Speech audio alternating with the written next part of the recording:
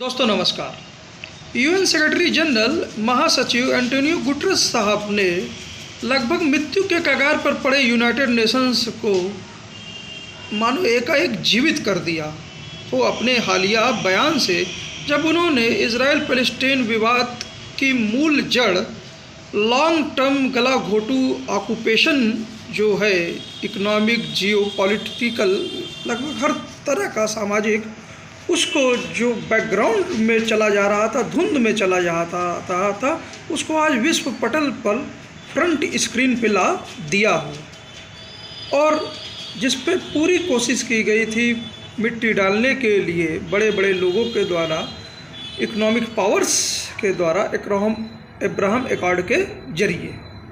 वास्तव में उन्होंने वो कर दिखाया यूनाइटेड नेशंस के जरिए जो दूसरे वर्ल्ड लीडर से मैं उम्मीद कर रहा था, जिनके पास बहुत सारी शक्तियां हैं, जो सुपर पावर होने का दावा करते हैं।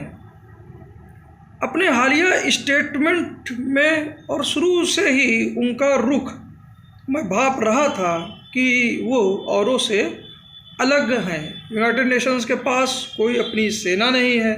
यूनाइटेड नेशंस के पास ज़मीन पे इम्प्लीमेंटेशंस के लिए कोई बहुत ज़्यादा अपना फोर्सफुल रवैया भी नहीं है। जो भी उनको करना है, उनको मेंबर नेशंस के साथ सामंजस्य में करना है, सिक्योरिटी काउंसिल्स के मदद से ही करना है। कहीं ना कहीं उनके स्टेटमेंट में स्वयं यूनाइटेड नेशंस की यह पीड़ा भी झलकती है। क्यों नहीं झलकेगी भाई, कि भाई दशकों से जो यूएन के रेजोल्यूशंस हैं, चाहे जनरल असेंबली के हों, चाहे खुद यूनाइटेड नेशन सिक्योरिटी काउंसिल्स के ही हों, जो कई बार बहुत बार बाइंडिंग भी होते हैं और काफ़ी मुश्किल से पहुँचे जाते हैं, क्योंकि कई बार जो सुपर पावर्स होती हैं वो वीटो का अनुचित तरीके से प्रयोग कर देती हैं, तो वो भी जब अमल में नहीं लाए जाते हैं। तो इस संदर्भ में उनकी ये पीड़ा भी झलकती है और ये दर्द जो उन्होंने बयां किया है, इसको दूसरे तरह से ये समझ सकते हैं कि आज जब बड़े बड़े ब्यूरोक्रेट्स और पॉलिटिशियंस अपने पोस्ट अगले इलेक्शंस को देख रहे हैं और वो देख रहे हैं कि उनको जो पोजीशन पे हैं तो उनको क्या बेनिफिट्स है, चले जाएंगे तो उनका क्या होगा। इस संबंध में एंटोनियो साहब ने वो लाइन रखी, वो अपने आप को अलग किया, अपनी अंतरात्मा की आवाज़ को पूरी तरह से स्पष्ट रूप से व्यक्त किया। अगर नोबेल पीस प्राइज के लिए अगर किसी को सबसे अगर आज की भी इन परिस्थितियों में सबसे अगर अहम आदमी मानता हूँ तो आज यूएन के जनरल सेक्रेटरी साहब ही हैं।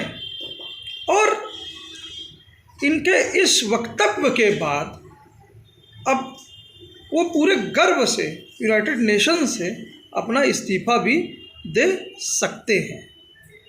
उनका स्टेटमेंट के पीछे जो एक दूसरे नोबेल लॉरिएट थे, प्रेसिडेंट बराक ओबामा, पूर्व प्रेसिडेंट बराक ओबामा यूएस के, उनका भी खुला खत था उस बैकग्राउंड में। और इस बैकग्राउंड में ये रूपरेखा जो खींची गई, इसको समझने की और करीब से ज़रूरत है। जैसे कि सत्य हिंदी पे वरिष्ठ पत्रकार राम शरण जोशी जी ने बताया कि यूएन के और डेमोक्रेटाइजेशन होने की ज़रूरत है। मैं इसको थोड़ा और पहले ले जाना चाहता हूँ कि जब यूनाइटेड नेशंस की शुरुआत में ही भारत को एशिया का रिप्रेजेंटेशन, मतलब काउंसिल में, यूनाइटेड नेशन सिक्योरिटी काउंसिल में मेंबर होने का शायद प्रस्ताव मिला था, तो नेहरू जी ने इसके जो खुद एक बहुत बड़े डेमोक्रेट थे और शायद वैसा डेमोक्रेट मैंने देखा ही नहीं, जो इसकी व्यवस्था में ही ये दोगलापन देखते थे कि जहाँ कुछ गिने चुने नेशंस के पास इस तरह की वीटो पावर, अथॉरिटेरियन पावर हो, तो उसमें नेहरू जैसा डेमोक्रेट अपने भारत को कैसे शामिल कर सकता था। ठीक है, एशिया से कोई और रिप्रेजेंटेशन हो अगर होना ही है तो उन्होंने ठीक है, एक दूसरे जो अपना पड़ोसी मुल्क है जिससे आज हमारे संबंध उस हिसाब से अच्छे नहीं हैं, लेकिन जो एक बड़ी आबादी को रिप्रेजेंट करता है, तो उन्होंने ये इनविटेशन चाइना की तरफ उस दौर में कर दिया। तो नेहरू की दूरदर्शिता आज यूएन की वर्किंग में उनके विरोधाभासों में एंटोनियो गुटेरेस साहब भी स्वयं देख रहे होंगे। इन परिस्थितियों में अब दो चीज़ें हो गई हैं। बराक ओबामा जी जो पर्दे के पीछे थे वो अब पर्दे के आगे आ चुके हैं, जैसा कि रवीश कुमार ऑफिशियल की रिपोर्ट से उनका जो खुला खत है इजराइल को समझाते हुए। इजराइल जो होलोकॉस्ट का शिकार हुआ, जिसकी तुलना किसी से की नहीं जा सकती है, तो उसके प्रति जो यूरोपियन और अमेरिकन कंट्रीज का जो एक तरह से अपराध बोध है, तो उससे पूरी संवेदना है सबको, इसमें कोई शक नहीं है। लेकिन इजराइल को ये भी तो समझना होगा इस वक्त कि ये सब कुछ जो चल रहा है, हमास ने जो किया वो तो बिल्कुल गलत ही है, टेररिस्ट एक्टिविटी है। लेकिन जो बमबारी हो रही है, जो ह्यूमैनिटेरियन क्राइसिस में लाखों लोग फंस गए हैं, ईंधन नहीं है, खाना नहीं है, पीना नहीं है, हर तरह का ब्लॉकेज है, एक एक दिन में 500-700 लोग बमबारी में मर जा रहे हैं, हॉस्पिटल्स 2/3 मेडिकल फैसिलिटीज़ बंद हो गई हैं, बहुत सारे हॉस्पिटल्स में लाइट जाने वाली है, अब क्या पता अब तक चली भी गई हो। तो इजराइल जिसने सब कुछ मानवता के खिलाफ वो सबसे कितना बड़ा भुक्तभोगी है, वो इजराइल इस तरफ कैसे बढ़ सकता है। इंडिया से इजराइल की अच्छी दोस्ती है, डिफेंस रिलेशंस भी हैं, और व्यक्तिगत तौर पर भी बहुत लोग इजराइल को पसंद भी करते हैं इंडिया के लिए। तो खुद इंडिया के रेस्पॉन्स से इस इजराइल को सीखना चाहिए कि इंडिया कितने जख्म उसने टेररिज्म के झेले हैं, लेकिन उसके बावजूद भी उसका रिस्पॉन्स हमेशा कैलिब्रेटेड रहा है, फोकस्ड रहा है। अगर इफ़िशियंसी और इस फोकस और दूसरे मुल्कों की सिविलियन पॉपुलेशन को कम से कम नुकसान पहुंचाने के साथ अगर इफ़िशियंसी की बात करें, तो मैं इंडियन आर्मी को इजराइल का जो उनका रेशियो हो वो कई गुना मतलब ज़्यादा असरदार पाता हूँ। चाहे आप कारगिल देख लीजिए, चाहे आप पार्लियामेंट पे हमला या मुंबई पे जो भी हमला हुआ, कहीं पे भी आप देख लीजिए, आर्मी ही नहीं, हमारे यहाँ की जो पुलिस है, जो लड़ते हुए भी ये पूरा ख्याल करती थी कि सिविलियन चाहे हमारी भी हो जद में ना आए। वास्तव में स्टेट और नॉन स्टेट एक्टर्स के बीच यही चीज़ डिफाइन करती है। नॉन स्टेट एक्टर्स एक इंडिविजुअल डेस्परेशन और इस तरह से उसके तरह मतलब अतिग्लानी इस तरह के मतलब आवेश में बिहेव कर सकते हैं, लेकिन स्टेट लाख उकसावे के बाद भी संयमित होके वो विज़न, वो व्यू और वो एक्टिविटी, वो रिस्पॉन्स देता है जो लॉन्ग टर्म में चीज़ों को समझता है, लॉन्ग टर्म में जिसकी प्रतिक्रिया समाज में सकारात्मक हो, जिसको कि बराक ओबामा साहब ने इजराइल के संबंध में अपने लेटर में अंत में समझाने की कोशिश की है कि इस तरह का रवैया जो है, जहाँ पे भी सिविलियन की इतनी भारी डेथ हो जाए इस मतलब अपने सेल्फ रक्षा में, सेल्फ डिफेंस में, वो आगे नेक्स्ट जनरेशन्स में आगे लाखों लोग में क्या रिस्पांस दे सकता है। और ग्लोबल लेवल पे जो इजराइल के प्रति उस हॉलोकॉस्ट से संबंधित और जो प्रोग्रेसिव लोग हैं, तो उनकी इमेज को कहाँ डेंट पहुंचा सकता है। अब खासकर मैं मेन मुद्दे पे आना चाहता हूँ, मेन मुद्दे पे कि जो पूंजी है पूरी समस्या की, जो जड़ है, अगर उसका कोई हल वास्तव में किसी के पास है इस समय, तो वो अमेरिका के पास है। जी हाँ, अमेरिका के प्रेसिडेंट बाइडेन साहब के पास है, जो खुद डेमोक्रेट हैं, और उन्हें अपने लोगों की सुननी होगी, अपने पूर्व राष्ट्रपति की सुननी होगी। और बाइडेन साहब को ये अब कम से कम 2 बैकग्राउंड उनको मिल गए, उनके पूर्व राष्ट्रपति और खुद यूनाइटेड नेशंस के जो महासचिव हैं। तो स्पष्ट तौर से ये 2 संकेत उनको मिल गए हैं।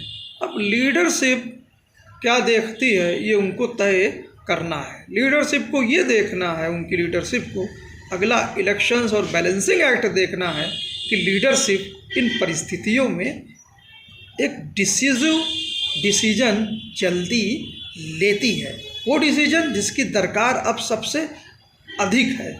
ये डिसीजन लेने के साथ ही साथ उनको जो भी उन्होंने कमर्शियल इंटरेस्ट और पाइपलाइन जो भी उन्होंने बिछाई है इंडिया से लेकर इज़राइल, सऊदी अरबिया सबको जोड़ते हुए यूरोपियन यूनियन तक, तो वास्तव में जिस डेमोक्रेटिक मैन्युफैक्चरिंग और जिस ट्रेड की वो बात कर रहे हैं वो कम से कम युद्ध की परिस्थितियों में तो बिल्कुल हो ही नहीं सकता है।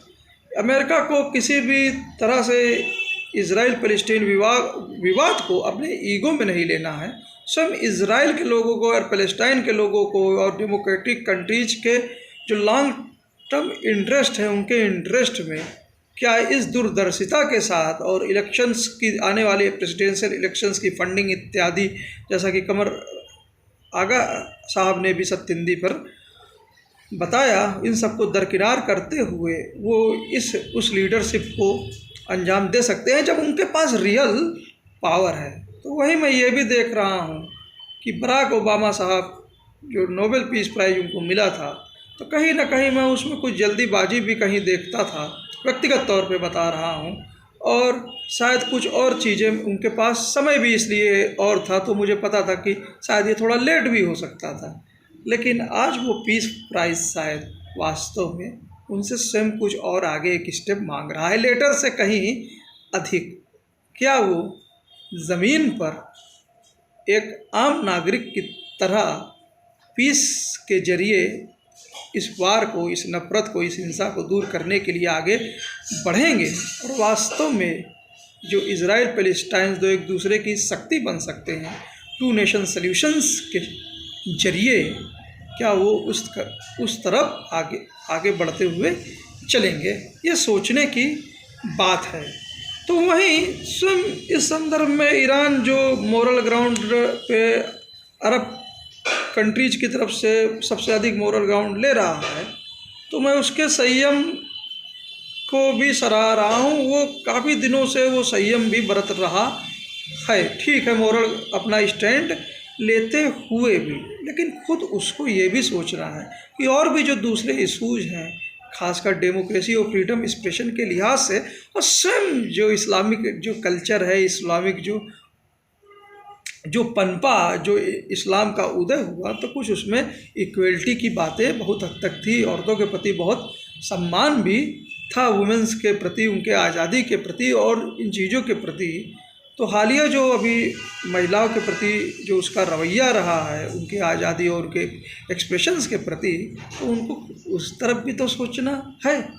और वास्तव में इस्लाम तो काफ़ी देर में आया, उसके पहले क्रिश्चियनिटी और जुदाइज़म ये सब भी थे, तो उन्होंने भी तो इस्लाम को जगह दी होगी उसके प्रोपोगेशन के लिए।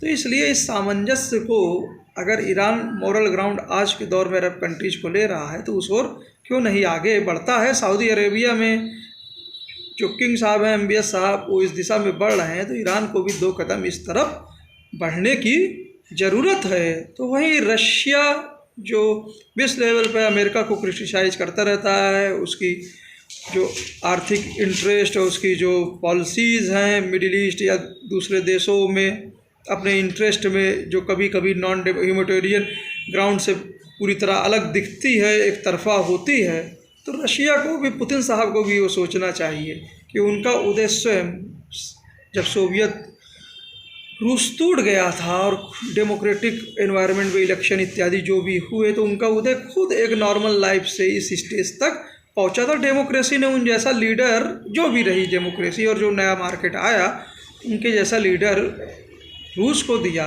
जिसने रूस को मजबूत किया, विश्व स्तर पर रूस की स्टैंडिंग बढ़ाई उस डिफ़िकल्ट टाइम से। तो उनके बाद कौन ऐसा लीडर कौन उभरेगा? क्या वो स्वयं चुनेंगे? क्या वो सही रहेगा? क्या वही जो कभी कठिन समय में टैक्सी चलाने वाला व्यक्ति, वो उनको चुन पाएंगे? वो कि ये चुनने की जिम्मेदारी तो जनता की है, इलेक्शंस की है। तो इस तरह से डेमोक्रेसी को उस संदर्भ में सोचने की ज़रूरत है। चाइना के संबंध में, चाइना के स्वयं अपने विरोधाभास बहुत ज़्यादा मैं देखता हूँ। चाइना जो एक बहुत पुरानी सभ्यता है और बुद्ध की कंट्रीज़ और बुद्ध से हमारा रिलेशन उनके जरिए, और हज़ारों साल बहुत पीसफुल कॉर्डियल रिलेशन लिए। ह्वेंसांग से लेके एक से एक चीनी यात्री आए गए, हमारे लोग वहाँ गए, लेकिन न जाने चाइना कहाँ किस थ्योरी में फंस गया कि वो अपने नेबर्स के प्रति ही एक्सपेंशन का रवैया अपनाता है। जो भी वो विश्व लेवल पे अच्छा करना चाहता है, चाहे ट्रेड के जरिए करना चाहे, चाहे इंटरवेंशन के जरिए करना चाहे, लेकिन इस तरह के एक्सपेंसिव पावर के साथ हमेशा शक की स्थिति हो जाती है। और ये बिना मतलब जो चाइना को जो स्टेज मिलना चाहिए वर्ल्ड लेवल पर वो नहीं होता है। भारत को चाइना को समझाने की ज़रूरत नहीं है।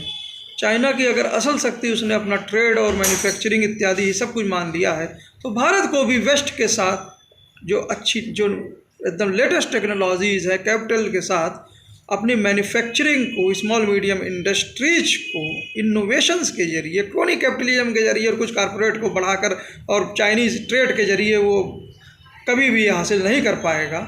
अपने आप को चाइनीज़ ट्रेड से नेट इंपोर्टर की जगह उन्हें एक्सपोर्टर की तरफ रास्ता लाना पड़ेगा। तो अगर आर्थिक चीज़ें ही चाइना समझ रहा है तो उन्हें आर्थिक परिदृश्य में ही समझाना पड़ेगा।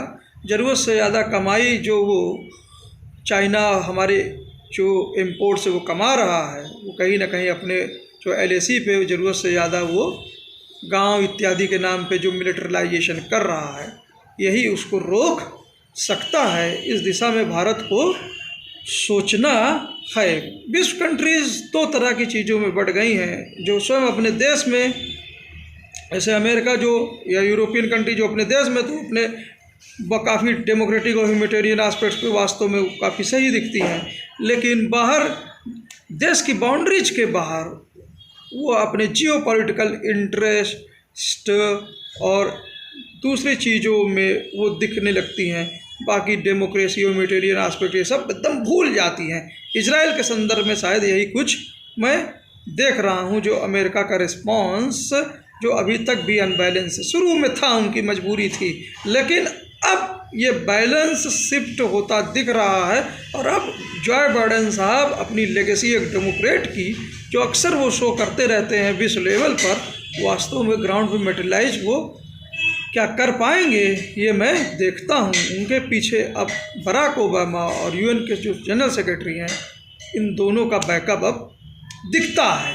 तो वहीं रशिया जो बाहर चीज़ें समझा रहा है, चाइना जो बाहर मिडिल ईस्ट में शांति की बात कर रहा है, वो अपने अंदर कितने डेमोक्रेसीज को छोड़ रहा है, इस विषय में सोचना चाहिए।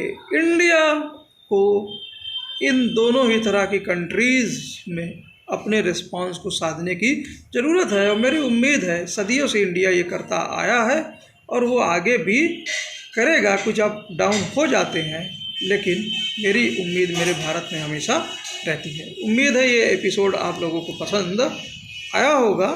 Thank you sir.